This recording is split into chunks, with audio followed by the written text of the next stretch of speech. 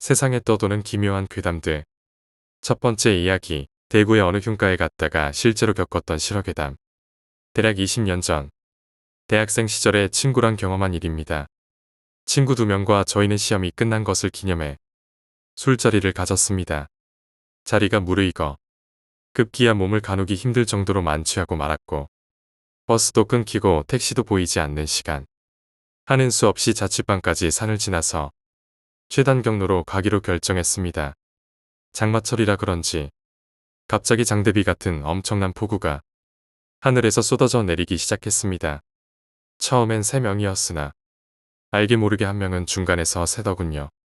중간에 빠져나가서 집에 갔겠지라고 생각하며 남은 저희 둘은 끝도 없이 내리는 폭우를 피해 산길을 무작정 달렸습니다. 그런데 이거 도저히 달려가서 피할 수 있는 비가 아니었습니다. 어디서부터 길을 잘못 든 것인지 산길엔 끝날 기미가 보이지 않고 주변은 전혀 모르는 생소한 곳이었습니다. 보통 산길을 지나가면 집까지의 거리는 10분 정도인데 30분 이상은 헤맨 느낌이었습니다. 길 찾는 것이 문제가 아니라 체온이 식기 전에 어디 가서 비라도 피해야겠다고 생각되었습니다. 우리는 인근을 헤매다 멀리 불이 켜진 단층집을 발견하고 급한 대로 찾아서 들어가게 되었습니다. 첫 느낌부터 상당히 섬뜩했습니다. 낡은 집인데 녹슨 대문에는 가시덤불이 가득했습니다. 도저히 사람이 사는 집이 아닌데 이상하게도 안에는 희미하게 불빛이 새어나왔습니다. 마당을 지나 현관문을 찾았습니다.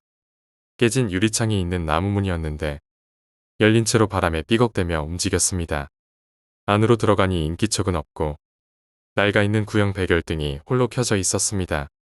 그런데 집 안에는 벽이고 문이고 전부 피로 칠갑이 되어 있었으며 바닥에는 관뚜껑 같은 판자가 피범벅이 된 채로 널브러져 있었습니다. 조용한 가운데 소곤소곤 대는 여자의 말소리가 안방에서 계속 들려왔습니다. 저와 친구는 주인을 한참 동안 소리쳐 불렀습니다. 돌아오는 건 대답 대신 소곤거리는 말소리뿐. 친구가 화가 나서 방문을 열어젖혔는데 아무도 없었습니다. 누군가 살았는지 벽에 옷과 가재도구는 그대로 있는데 한눈에 보아도 먼지가 뽀얀 것이 사람이 사는 집이 아니었습니다. 그런데 백열등이 왜 켜져 있을까요? 게다가 방금 전까지 안방에서 들리던 목소리는 갑자기 다른 방에서 여자의 비명소리가 소름 끼치게 집안 가득 울려 퍼졌습니다. 친구는 담력이 강했지만 대답 없는 주인의 화가 나 있었는지 소리가 나는 방 문을 벌컥 열었습니다. 하지만 열린 방문 너머로 보이는 건 피로 칠해진 벽만 있을 뿐 사람은 그 어디에도 없었습니다. 그 순간 다 죽여버릴 거야 라고 앙칼지게 외치는 여자의 목소리가 들려오고 백열등이 갑자기 나갔습니다. 저희는 정신없이 그 집을 벗어나와 비가 쏟아져 토사가 흘러내리는 비탈길을 마구 굴러서 흙탕물 범벅이 되어 도망쳤습니다. 두 번째 이야기, 모든 걸 빼앗아 가려 했던 친구의 전 여자친구. 대학교 3학년 때 자취를 했었습니다. 같은 과 동기와 함께 살았는데 서로 잘 통했던 터라 자취하면서도 아무런 문제 없이 지냈습니다. 그날은 학교를 가지 않고 자취방에서 계속 늦잠을 잤습니다. 제가 자고 있으니 친구 역시 학교에 가지 않고 잠을 자게 되었습니다. 한참 자고 있었는데 인기척이 느껴졌습니다. 친구 녀석이 먼저 일어나서 학교에 가려나 보다 싶어서 눈을 뜨니 친구가 저를 보고 서 있었습니다. 저를 계속 보곤 희죽거리며 웃고 있었습니다. 실성한 사람처럼 웃고 있어서 소름 끼쳤습니다. 제가 뭐가 좋아서 계속 웃냐고 물으려는데 가위에 눌린 것처럼 목소리가 나오지 않았습니다. 그런데 정말 소름 끼쳤던 건 친구가 절 쳐다보면서 웃고 있는데 친구의 등 뒤로 손이 조금씩 올라왔습니다. 손은 어깨 위로 올라와 급기야 모건저리까지 올라왔습니다. 저는 너무나도 당황스럽고 무서워서 아무 말도 못했습니다. 그저 볼 수밖에 없었습니다. 검지 손가락에는 노란 매니큐어가 칠해져 있습니다. 어두운 방 안에서 어떻게 그 노란색만 잘 보였는지 모르겠습니다. 이윽고 친구 어깨 뒤로 사람 머리가 올라오기 시작했습니다. 머리가 길었던 것으로 보아 여자인 것 같았습니다. 그 여자 얼굴은 친구 머리에 가려서 잘 보이지 않았지만 그 여자 역시 절 바라보며 눈을 깜빡이고 있었습니다. 그리고는 웃고 있었습니다. 마치 저를 비아냥거리듯이 둘이서 저를 보고 희죽거리면서 웃고 있었습니다. 그리고는 친구 어깨로 올라간 목만 있는 여자가 말했습니다. 오빠, 이 사람이 그 친구야. 친구는 대답도 없이 계속 웃기만 하고 있습니다. 저는 비명을 지르며 일어섰습니다. 순간 제 앞에 서 있던 친구는 사라졌습니다. 친구는 제 옆에서 곤히 자고 있었습니다. 황당하기도 하고 화가 나기도 해서 친구의 따귀를 때렸습니다. 친구는 왜 때리냐고 했지만 오히려 제가 반문했습니다. 왜 자는데 실실 웃냐고 말입니다. 하지만 친구는 무슨 소리냐며 괜히 자는 사람을 때렸다고 화를 냈습니다. 진정하기 위해 담배를 한 대 피고 난 후에 제가 겪은 일을 말했습니다. 얘기를 하는 동안 친구는 무슨 생각을 하는지 손가락 사이에 붙여둔 담배를 끼워놓기만 하고 있었습니다. 친구는 긴장한 듯 다리를 떨고 있었습니다. 뭔가 이상한 기운을 느끼곤 있었지만 어쨌든 제가 봤던 건 모두 얘기했습니다. 친구는 꺼진 담배를 재떨이에 버리고 얼굴을 문지르며 한숨을 쉬더니 드디어 입을 열었습니다. 자기 동네에서 만나서 사귀게 된 여자친구가 있었는데 대학교로 오면서 정말 좋지 않게 헤어졌다고 합니다. 죽기라도 한 거냐며 물었습니다. 그러자 친구는 고개를 푹 내리깔면서 말했습니다. 죽기만 했으면 상관이 없지. 어떤 일이 있었냐고 물었지만 대답하지 않았습니다. 미안하다는 말만 되풀이할 뿐. 저는 더 이상 묻지 않았고 그 후에도 그 일을 언급하지 않았습니다. 얼마 후에 저희는 군대를 가게 되었고 복학해서 다시 만나게 되었습니다. 개강하는 날 반가운 마음에 새벽까지 술을 마시다가 군대 가기 전에 겪은 그 일을 꺼냈습니다. 누가 먼저 꺼냈던 것인지는 기억이 가물가물하지만 제 기억으로는 친구가 먼저 꺼낸 것 같았습니다. 잘 기억나지 않지만 친구는 그렇게 말했던 것 같습니다. 차라리 날 죽이던가. 왜 내 친구들을 죽이는 거야? 3명이나 죽였어. 그런 얘기 그만하자고 말했지만 친구는 계속 말했습니다. 내가 그때 같이 죽었어야 돼. 걔네들이 꿈에 나올 때마다 미치겠다. 그리곤 친구가 지갑에서 꺼낸 사진. 친구와 여자친구가 어깨동무를 하고 있는 모습. 친구의 어깨에는 노란 매니큐어를 하고 있는 여자친구의 손이 걸쳐 있었습니다. 전 아직도 생각합니다. 예전에 내가 봤던 그녀가 아닐까. 그리고 만약 그녀였더라면 그때 말했던 오빠, 저 사람이 그 친구야. 그 말이 과연 무슨 뜻인지. 세 번째 이야기. 객실 안의 무단 투숙객과 프런트 직원의 말. 지방으로 출장을 갔다. 피곤한 일정을 마치고 호텔로 돌아갔다. 샤워를 하고 침대에 누워 책을 읽기 시작했다. 문득 뭔가 신경 쓰였다. 커튼이었다. 아무런 특징도 없는 하얀 커튼이었다. 갑자기 왜 신경이 쓰였는지 모르겠다. 다시 책으로 눈을 돌렸다. 집중할 수 없었다. 아무래도 신경 쓰인다. 가만히 있는 것 같지만 유심히 보면 흔들리고 있는 것 같기도 하다. 물론 창문은 닫혀 있다. 도저히 책에 집중할 수 없었다. 불을 끄고 잠이나 자야겠다. 눈이 막 잠길 무렵 갑자기 또 커튼이 생각났다. 눈을 뜨자 하얀색 커튼에 붉은 얼룩이 보였다. 창문으로 비치는 불빛 때문에 붉게 보이는 게 아닐까 생각했지만 마치 피처럼 보이는 얼룩은 점점 커져만 갔다. 뭔가 이상하다. 이런 방에 있을 순 없다. 일어나서 문을 향해 뛰었다. 그 순간 미끄러져 바닥에 넘어졌다. 피었다. 바닥에도 침대에도 옷에도 피가 묻어 있었다. 방 안에 온통 붉은색이다. 필사적으로 비명을 삼키며 문으로 향했다. 문을 열며 돌아보니 피투성이인 몸에 머리가 반쯤 부셔져서 뇌가 흘러내리는 여자가 나를 쳐다보고 있었다. 프런트로 달려가서 소리쳤다. 이봐요. 방이 이상해요. 그러자 프런트에 있는 직원은 차분하게 말했다. 고객님, 무슨 일이신지요? 방이 온통 피투성이라고. 하지만 직원은 표정 하나 변하지 않고 오히려 나를 이상하게 쳐다보며 조심스럽게 반문했다. 고객님, 혹시 꿈을 꾸신 건 아니신지요? 옷도 깨끗하신 것 같습니다. 직원은 무표정으로 일관했다. 그런 그의 손을 잡으면서 말했다. 같이 가서 봅시다. 일단 방에 가봅시다. 그의 손을 잡고 방으로 데려가려고 하자 갑자기 표정이 일그러지며 당황한 표정으로 내 손을 뿌리쳤다. 그리고 애원하듯 말했다. 손님, 제발 그 방은 한 번만 좀 봐주세요. 네 번째 이야기, 소중한 걸 찾으러 왔던 군대 선임. 내가 복무했던 소대에는 내가 이등병 때 스스로 목숨을 끊었던 사건이 한 번 일어난 적이 있다. 자살한 사람은 상병이었는데 탄약 근무 지원으로 나갔다가 근무지에서 총으로 자기 머리를 쏴버린 것이었다. 그 이후로 탄약 초소 근무 시엔 실탄이 탄창 맨 밑에 3발이 있고 나머지는 공포탄으로 장전하게 되었다. 경찰을 비롯한 각종 헌병대들이 와서 한 달을 넘게 조사하고 또 계속 조사했던 큰 사건이었다. 조사가 끝나고 죽은 그 상병의 시신을 곱게 집으로 돌려 보내주었는데 시신과 함께 더블백에 그 선임이 쓰던 전투화나 군복 등 물품을 챙겨 넣고 같이 보냈다. 군인 신분으로 죽었으니 군인 물품으로 장례를 잘 치르라고. 그리고 정확히 1년 뒤에 그 죽은 선임 제사 날이었다.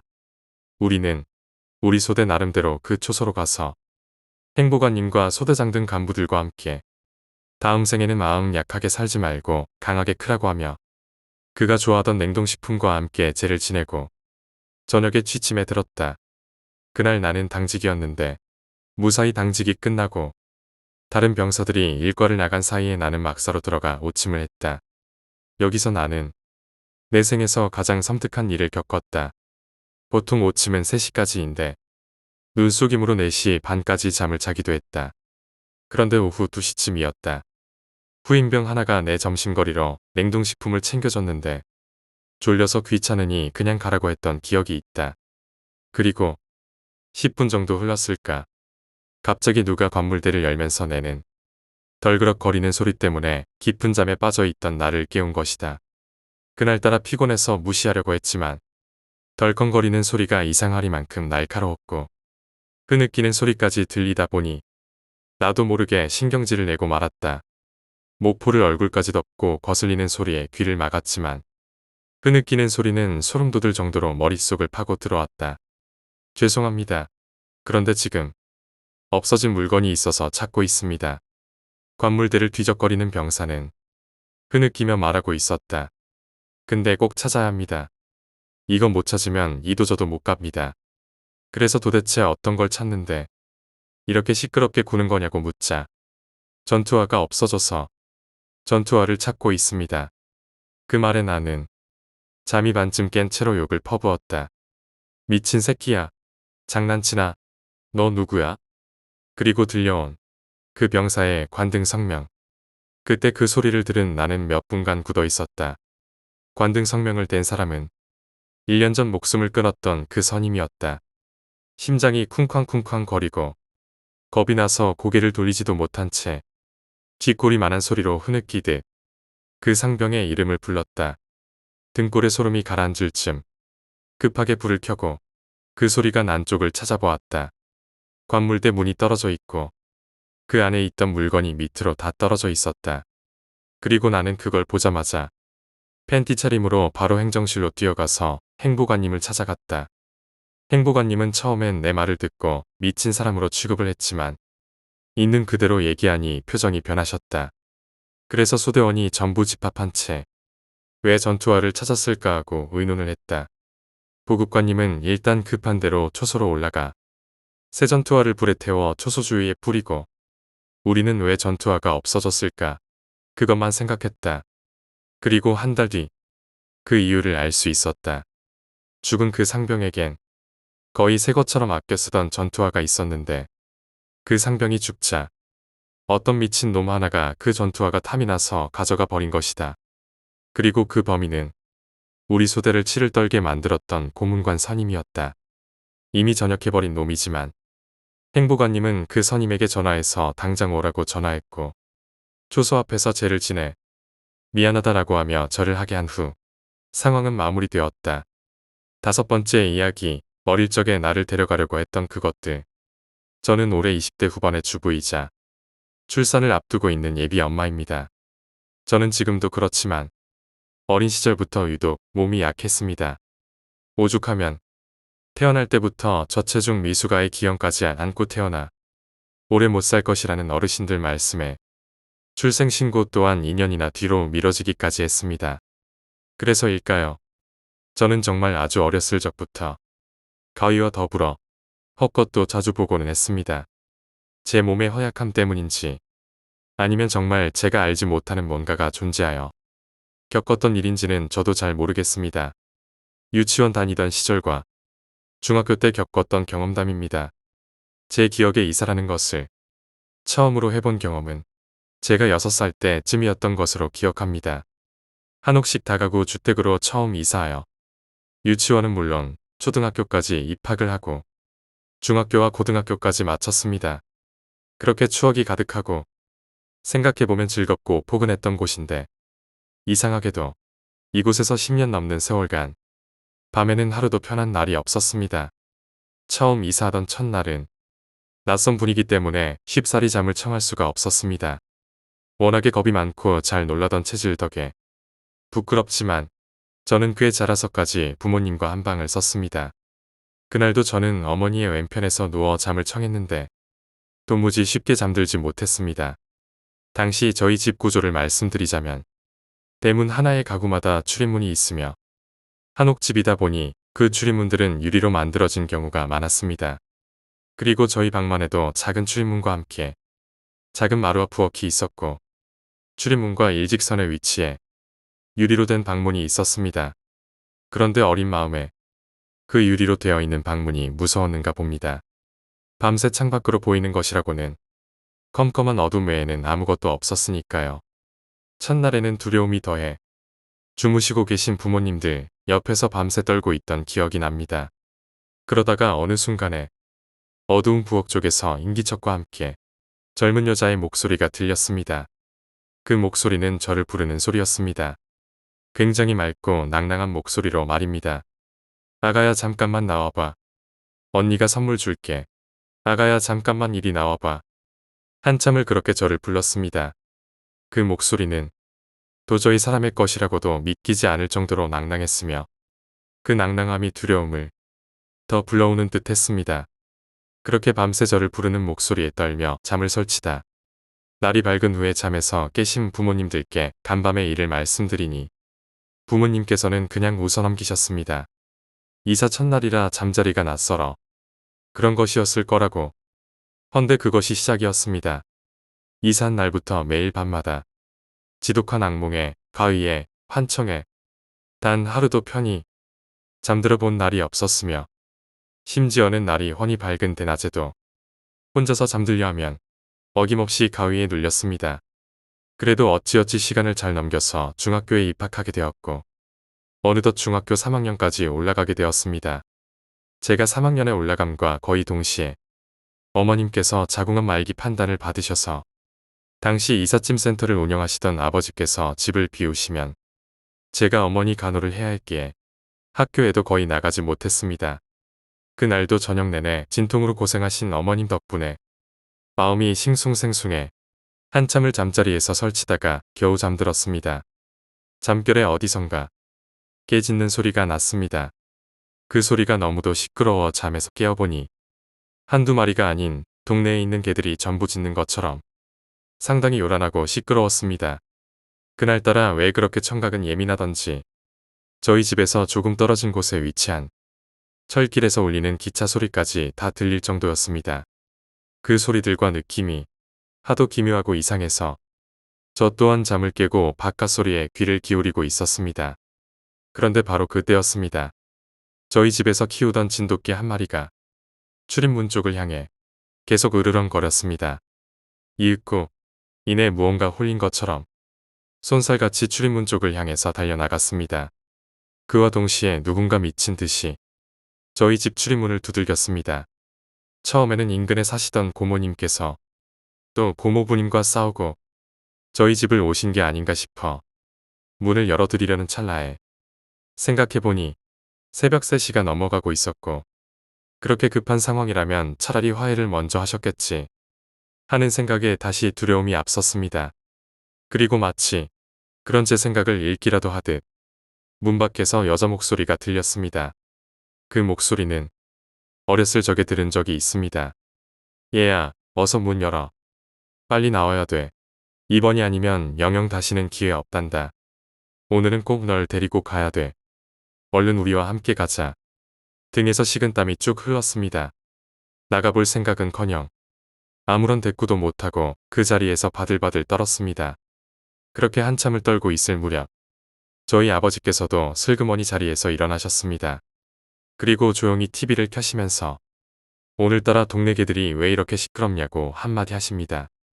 저희 아버지께서 자리에서 일어나심과 동시에 시끄럽게 짖던 개들의 소리는 점점 잠잠해지고 밖에서 절 부르던 소리와 문을 두들기던 소리 또한 거짓말처럼 사라졌습니다. 다만 저희 집개만 출입문을 향해서 여전히 낮게 으르렁거리고 있었을 뿐.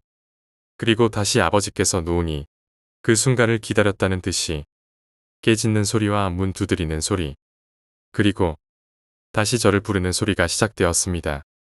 어서 문 열어. 오늘은 꼭 널 데리고 가야 돼. 지금 집에 있는 거 알아. 숨어봤자 소용없어.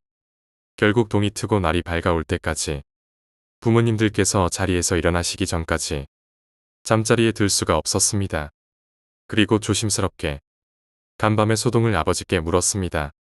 하지만 저희 아버지는 개들이 시끄럽게 짖는 소리는 들었으나 다른 소리는 듣지 못했다고 하셨습니다.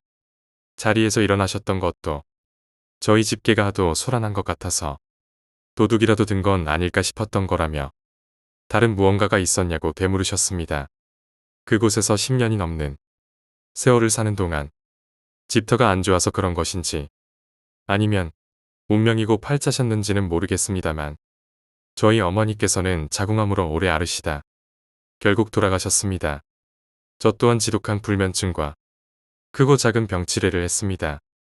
어머니께서 돌아가신 후에는 그 집에서 더 이상 살고 싶지 않았기에 아버지와 저는 다른 집으로 이사를 했습니다. 이사 후에는 그렇게 자주 눌리던 가위와 악몽도 거의 꾼 적이 없으며 혼자서는 낮에도 절대 잠을 못 자던 것이 사라졌습니다. 6번째 이야기, 의도치 않은 출산을 하게 되었던 여자에게 들었던 말. 우리 부모님은 산부인과 의사이다. 두 분 다 자식에게 꿈을 강요하는 타입은 아니셨지만 자연스럽게 나 또한 산부인과 의사가 되었다. 이 사건은 내가 산부인과 인턴으로 일하고 있을 때였다. 당시 부모님에게 일절 손을 벌리지 않고 나의 힘으로만 나아가고 싶었던 시기였기에 난방비가 부담이 돼서 방바닥도 덮이지 못할 정도로 돈이 없던 시기였다. 때문에 돈도 벌 수 있고 따뜻한 곳에 있을 수 있다는 이유만으로 거의 매일같이 병원에서 숙지 가르바이트를 했다.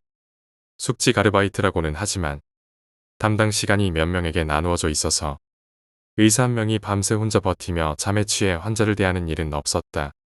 거의 새벽 2시 정도가 지났을 무렵이었다.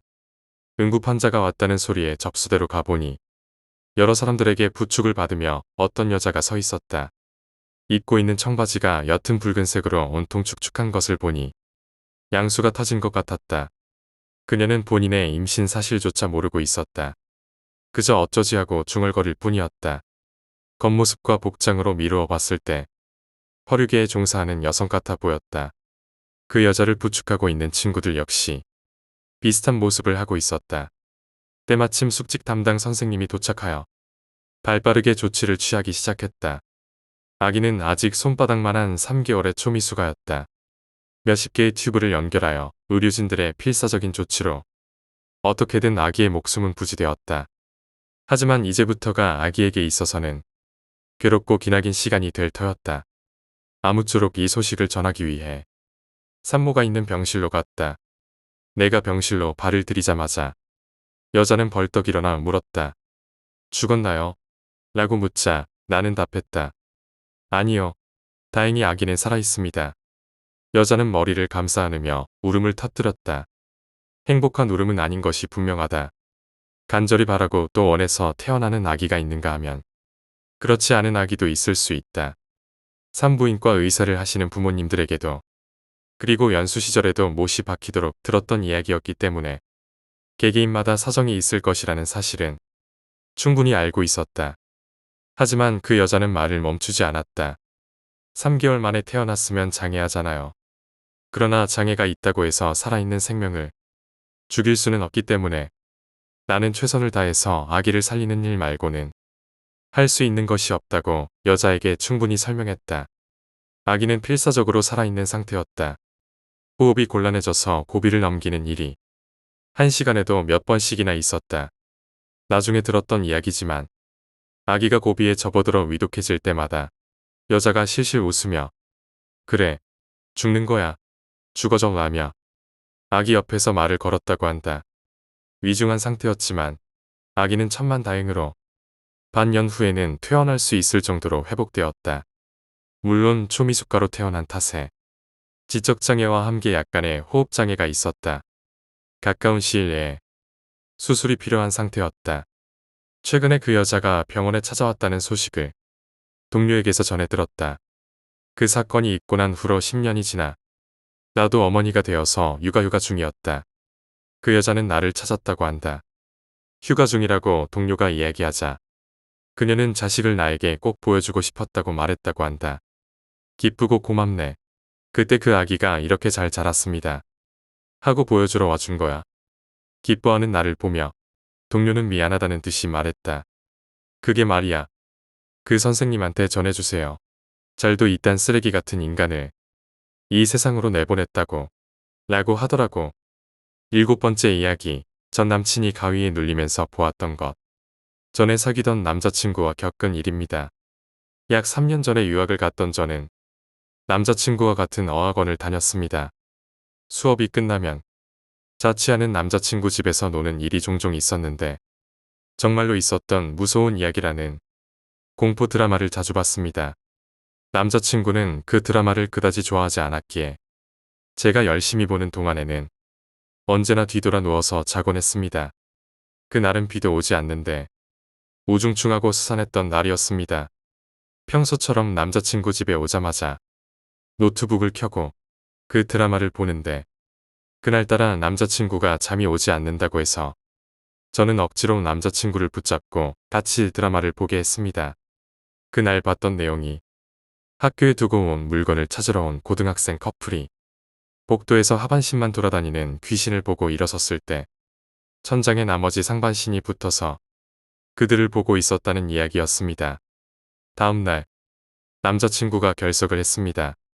방과 후 남자친구 집에 갔을 때 그때까지도 자고 있는 남자친구를 깨웠더니 새벽녘부터 가위에 눌려 제대로 자지 못했다는 변명을 늘어놓았습니다. 남자친구는 공포물을 보면 똑같은 귀신에게 가위에 눌리기 때문에 공포물을 보는 것을 늘 피했다고 합니다. 그날 밤도 어김없이 가위에 눌렸는데 옆으로 돌아 누워 있던 남자친구의 시야에 빨간 하이힐을 신고 있는 발목이 눈에 들어왔다고 합니다. 겁이 났던 남자친구는 있는 힘껏 몸을 돌렸는데 그날 본 드라마처럼 천장에 허리만 붙어있는 귀신이 남자친구를 향해 손을 휘저으며 남자친구를 잡으려고 애쓰고 있었답니다. 남자친구의 그런 체질을 알고 굉장히 미안했지만 그 뒤에도 종종 공포영화를 보곤 했고 남자친구도 별다른 문제가 없는 듯 했습니다. 그리고 몇 달 후에 남자친구가 귀국하면서 저희는 헤어지게 되었습니다. 어느 정도 시간이 흐른 뒤 친하게 지내던 쌍둥이 오빠들과 만나 술을 마시다가 우연히 전 남자친구에 대한 얘기가 나왔습니다. 그중 한 명이 제게 말했습니다. 이거 말해도 되는지 모르겠는데 헤어졌으니까 그냥 말해줘도 되겠지. K가 가위에 눌렸는데 천장에 허리가 딱 붙은 여자 귀신이 자기를 계속 잡으려고 하더래. 저도 아는 얘기였습니다. 같이 봤던 드라마에서 본 내용이었습니다. 한참을 손을 휘적거리다가 그 귀신의 손이 K의 머리끝에 닿았는데 그 귀신이 입이 찢어지도록 웃더래. 그때 그 여자 얼굴을 보는데 오빠가 말끝을 흐리자 옆에 있던 다른 오빠가 한숨을 쉬면서 말을 이었습니다. 걔도 힘들었을 거야. 가위 눌릴 때마다 나타나는 귀신의 얼굴이 자기 여자친구 얼굴이었으니까 어느 날부터인가 가위에 눌리면 제 얼굴을 한 귀신에게 헤어지는 날까지 계속 시달렸다고 합니다. 우리가 헤어진 이유가 그것이 아니기를 바랄 뿐입니다. 8번째 이야기. 치매 걸린 할머니의 마지막 인사. 어느 집의 할아버지와 할머니. 이렇게 두 분이 살고 있었다. 할머니는 치매가 진행되고 있었다. 그래서 집에는 주의사항을 적은 메모들이 여기저기 붙어 있었다. 냉장고는 닫습니다. 전기는 끕시다. 화장실은 왼쪽 등등. 할머니를 걱정한 할아버지가 적어둔 것이다. 할아버지는 항상 함께 있었지만 가끔씩 구청이나 병원에 약을 받으러 가야 했다. 할머니와 함께 가면 제 시간에 갈 수 없기에 어쩔 수 없이 혼자 가야 했다. 혼자 있는 할머니가 걱정이었지만 밖에 나오지 말 것이라고 현관에 써두면 얌전히 기다려 주었다. 어느 날 할아버지가 구청에 볼 일이 있어서 나갔다. 물론 현관에는 밖에 나오지 말 것이라고 붙여두었다. 구청에서 볼 일을 마치고 나오는데 갑자기 비가 내리기 시작했다. 소나기라 우산을 준비해두지 않았다. 그런데 구청 앞에 할머니가 우산을 들고 서 있었다. 깜짝 놀라 할머니에게 달려갔다. 할머니는 비가 와서 마중 나왔다고 한다. 할아버지는 혼자서 구청까지 올 수 없었던 할머니의 상태가 호전된 것 같아 기뻤다. 우산을 들고 펼쳐 할머니와 같이 쓰려고 했다. 그런데 옆을 보니 할머니는 사라지고 없었다. 할머니는 어디에도 없었다. 불안한 생각이 들어 급히 집 앞으로 달려갔다. 할아버지가 집 앞에서 본 건 할머니가 구급차에 옮겨지고 있는 모습이었다. 할머니는 이미 숨을 거둔 상태였다. 할아버지는 너무나 슬펐다. 지금까지 메모를 남기면 지켰는데 왜 집에서 나왔을까? 할아버지의 내외와 친했던 옆집 아주머니가 이야기해 주었다. 사고 직전 갑자기 비가 내리기 시작했다. 아주머니는 빨래를 거두러 마당에 나왔는데 할머니는 우산을 들고 집에 나왔다고 한다. 할머니가 치매에 걸리지 않았을 적에는 할아버지가 근무하고 있을 때 비가 오면 역까지 할아버지를 맞이하러 갔다. 비가 오는 것을 보고 할아버지를 생각해서 우산을 가지러 가려고 했다가 크게 넘어져서 돌아가신 것이다. 크게 낙심하던 할아버지는 몇 달 후 병으로 숨을 거두었다. 할머니의 우산과 함께 묘에서 주무시고 있다. 9번째 이야기, 치매 노인에게 아이를 맡기면 안 되는 이유. 변두리에 사는 어떤 부부가 혼자 대신 노모를 모시고 살았다. 할머니는 남편을 사별하고 외아들을 혼자서 키우셨지만 여러 가지 형편으로 아들의 경제적인 여건도 그렇게 넉넉하지 못했다. 그래서 이들 부부는 도시 외곽에 산기슭에 자리를 잡아 할머니와 며느리는 반 농사를 짓고 아들은 트럭을 몰고 농수산물 시장에서 물건을 나르는 일을 하고 있었다. 그런데 젊을 때 고생을 많이 하신 할머니가 몇 년 전부터 치매 기운이 조금씩 있었다. 그나마 하루 중에 20시간 정도는 맑은 정신을 유지하시고 저녁이나 밤 무렵에 서너 시간 정도만 자신을 완전히 잃어버린 채 치매 증상을 드러내시곤 하셨다. 이들 부부 입장에서는 아무리 치매가 있으신 노인이라도 차라리 24시간 완전 치매라면 며느리가 곁에 붙어서 수발을 들겠지만 대개는 멀쩡하시다가 한 번씩 그러시니 그럴 수도 없었다. 그래서 할머니가 치매 증상이 나타나시면 할머니 방에 혼자 계시게 하고 문을 잠가 두거나 아니면 며느리가 곁을 지켰는데 그나마 증상이 밤에 나타나셔서 다행이라면 다행이었다. 밤에는 밖에서 문을 잠궈두면 혹시 문제가 생기시더라도 방을 더럽히는 것 말고는 그래도 가출을 하시거나 위험한 일을 하시지는 않는 데다가 밤에는 아들도 집에 있어서 할머니가 설령 발작을 하셔도 감당이 되었기 때문이었다. 어쨌건 그 부부는 노모를 모시고 열심히 살아가는 보통 사람들이었다. 하루는 며느리가 노모에게 아이를 맡기고 시장에 다녀왔다. 원래 시장을 갈 일이 그리 잦지는 않았지만 그래도 가끔은 시장에 들러서 이것저것 사야 했고 그럴 때 며느리는 낮에는 멀쩡하신 노모에게 늦게 얻은 아이를 맡기고 얼른 다녀오곤 했다. 할머니도 늦게 본 손주라 애지중지하셨고 그들 부부에게도 아이는 그나마 유일한 행복이었다. 며느리가 버스를 타고 시장에 가서 장을 본 다음 2시간 정도 후에 집에 돌아오자 아이를 보던 노모께서 장 보고 오느라 수고했다고 반겼다. 수고했다. 어서 배고픈데 밥 먹자. 내가 너 오면 먹으려고 곰국을 끓여놨다. 며느리는 곰국을 끓여놨다는 할머니 말에 갸우뚱했다.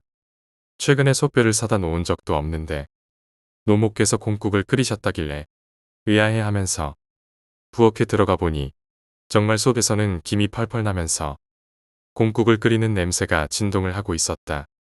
며느리는 그 솥 뚜껑을 열어보고는 그 자리에서 혼절했다. 그 뜨거운 손에는 아이가 들어 있었다. 그리고 그 아이가 거만을 위해 응급실로 들어왔다. 그때 나는 생애에서 가장 끔찍하고 두 번 다시 경험하기 싫은 장면을 내 눈으로 확인해야 했다.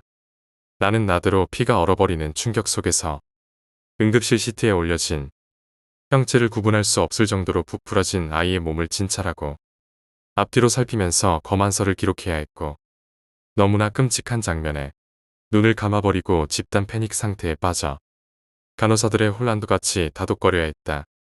아이 엄마는 아예 실신에서 의식이 없었고 할머니는 그 자리에 보이지 않았다. 10번째 이야기. 한국의 정신병원에서 있었던 공포영화 같은 실화. 합법적으로 비자를 받아서 공장에서 일을 하던 네팔인 여성 노동자가 있다. 한참을 헤매다 배가 고파진 그녀는 근처 식당에서 라면을 시켜 먹게 된다. 그러나 뒤늦게 지갑이 없는 사실을 알게 된 여자는 계산을 하지 못하고 식당 주인은 경찰에 신고한다. 결국 여자는 경찰서로 끌려오게 되고 경찰은 한국말을 더듬는 그녀를 행여병자로 취급하여 정신병원으로 넘겨버리고 만다. 이번에는 정신병원으로 끌려온 여자. 의사는 그녀에게 이름과 신상 정보를 묻지만 한국말을 제대로 하지 못하는 여자는 제대로 대답을 하지 못한다. 여자는 의사에게 네팔어로 말을 했고 알아들을 리가 없는 의사는 헛소리를 한다고 진단 내리며 그녀를 강제로 떨쳐낸다. 결국 의사는 그녀의 상태를 정신지체 우울증으로 진단하고 여자는 정신병동에 수감된다. 병원 측에서는 여자가 자신이 네팔 사람임을 계속 주장하자 당혹한다. 그래서 영사관과 접촉을 시도해보지만 정작 영사관에는 네팔어를 할 줄 아는 사람이 없다는 이유로 그것마저 무산된다. 그리고 자그만치 6년 7개월 후 우연한 기회로 다른 네팔인이 그녀를 만나게 된다.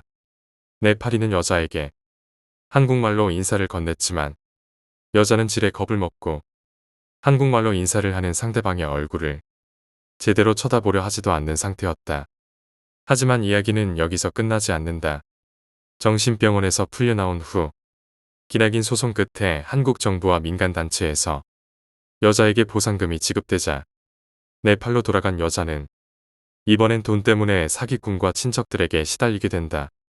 심지어 반군까지 그녀의 집으로 쳐들어와 보상금을 내놓으라고 협박하는 일까지 있었다고 한다. 결국 그녀는 원래 살던 곳을 떠나 잠적해버려 현재는 아무도 그녀가 어디서 사는지를 모른다고 한다. 이 공포영화 시나리오 같은 이야기는 1992년에 우리나라에서 있었던 실제 이야기다.